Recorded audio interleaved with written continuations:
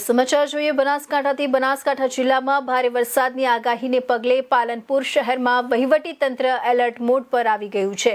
વરસાદ દરમિયાન પાણી ભરાવાની સમસ્યા ન સર્જાય તે માટે તંત્ર દ્વારા આગોતરી તૈયારીઓ શરૂ કરવામાં આવી છે। પાલનપુરના ધારાસભ્ય અનિકેતભાઈ ઠાકર, મામલતદાર અને ચીફ ઓફિસર જીગરભાઈ પટેલ સહિતની ટીમે શહેરના વિવિધ વિસ્તારોની મુલાકાત લઈ પાણી ભરાવાની સ્થિતિનું સ્થળ નિરીક્ષણ કર્યું હતું। ટીમ દ્વારા સંવેદનશીલ વિસ્તારોની મુલાકાત લઈ વરસાદ દરમિયાન સર્જાઈ શકે તેવી પરિસ્થિતિની સમીક્ષા કરવામાં આવી હતી।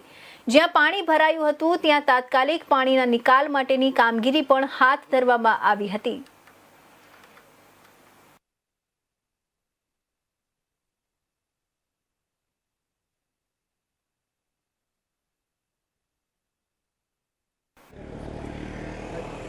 આજે ખૂબ જ વધારે પડતા વરસાદની આગાહીના પગલે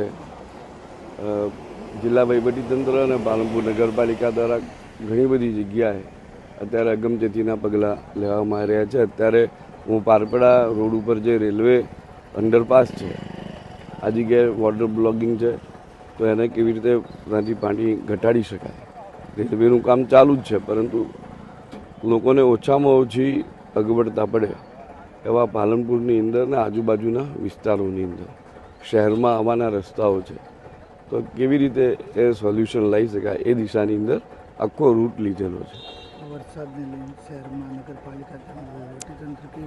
અત્યારે આ વરસાદને લઈને જિલ્લા વહીવટીતંત્ર અને નગરપાલિકાનું ડિઝાસ્ટરની આખી ટીમ અત્યારે સતત ખેડા પગે તૈયાર છે અને કોઈ પણ ફરિયાદ આવે તો એનું તરતમાં તરત નિરાકરણ લાવવા માટે બધી જ ટીમો તૈયાર છે।